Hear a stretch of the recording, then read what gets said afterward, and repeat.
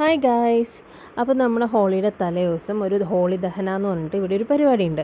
അപ്പം നമ്മളിങ്ങനെ പുറത്തേക്ക് ഇറങ്ങിയപ്പോഴാണ് ഇതൊക്കെ കണ്ടത്. അപ്പോൾ നമ്മൾ ഈ പറയുന്ന പോലെ നോക്കി അങ്ങനെ ഞങ്ങൾക്ക് ഹോളിക്ക് തോക്കൊക്കെ വാങ്ങാനുണ്ടായിരുന്നു. അപ്പോൾ നമ്മളൊന്ന് പുറത്തേക്ക് ഇറങ്ങിയപ്പോഴാണ് റോഡിൽ മൊത്തം എല്ലാവരും ഇത് ഉണ്ടാക്കി വെച്ചിട്ടുണ്ട്.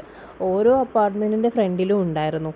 അപ്പോൾ നമ്മളതിങ്ങനെ നോക്കിക്കൊണ്ട് ഇങ്ങനെ ബൈക്ക് പോയിക്കൊണ്ടിരിക്കുകയാണ്. അതും പല കളർഫുള്ളൊക്കെ ആയിട്ടുണ്ടായിരുന്നു കേട്ടോ. അങ്ങനെ നമ്മളിത് ഓരോ സ്ഥലത്ത് കത്തിക്കുന്ന കാണുമ്പോൾ നമ്മൾ വേഗം ഫ്ലാറ്റിലേക്ക് വന്നു. കാരണം എന്താ വെച്ചാൽ ഇത് കത്തിക്കുന്നത് നമ്മളെ ഫ്ലാറ്റിൽ കാണാൻ വേണ്ടിയിട്ട്.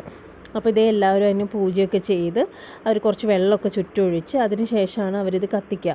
അങ്ങനെ ഇതിൻ്റെ ഒരു ബിഹൈൻഡ് സ്റ്റോറി എന്താണെന്ന് ഇവിടെയുള്ള ആൾക്കാരോട് ചോദിച്ചപ്പം പണ്ടൊരു രാജാവ് ഉണ്ടായിരുന്നു.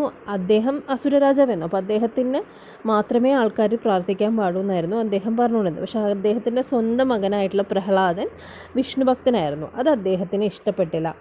അതുകൊണ്ട് അദ്ദേഹവും മോളും കൂടി ചേർന്ന് മീൻസ് പ്രഹ്ലാദൻ്റെ ചേച്ചിയും ആയിട്ടുള്ള ഹോളികയും കൂടി ചേർന്ന് പ്രഹ്ലാദനെ കൊല്ലാൻ വേണ്ടി ശ്രമിക്കുകയാണ്.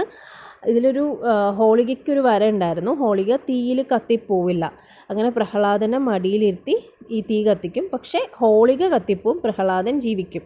അതാണ് ഇതിൻ്റെ ഒരു ബിഹൈൻഡ് സ്റ്റോറി. അപ്പോൾ ഹോളികേനെ കത്തിച്ചിട്ടാണ് ഇവർ ഹോളി സ്റ്റാർട്ട് ചെയ്യുന്നത്.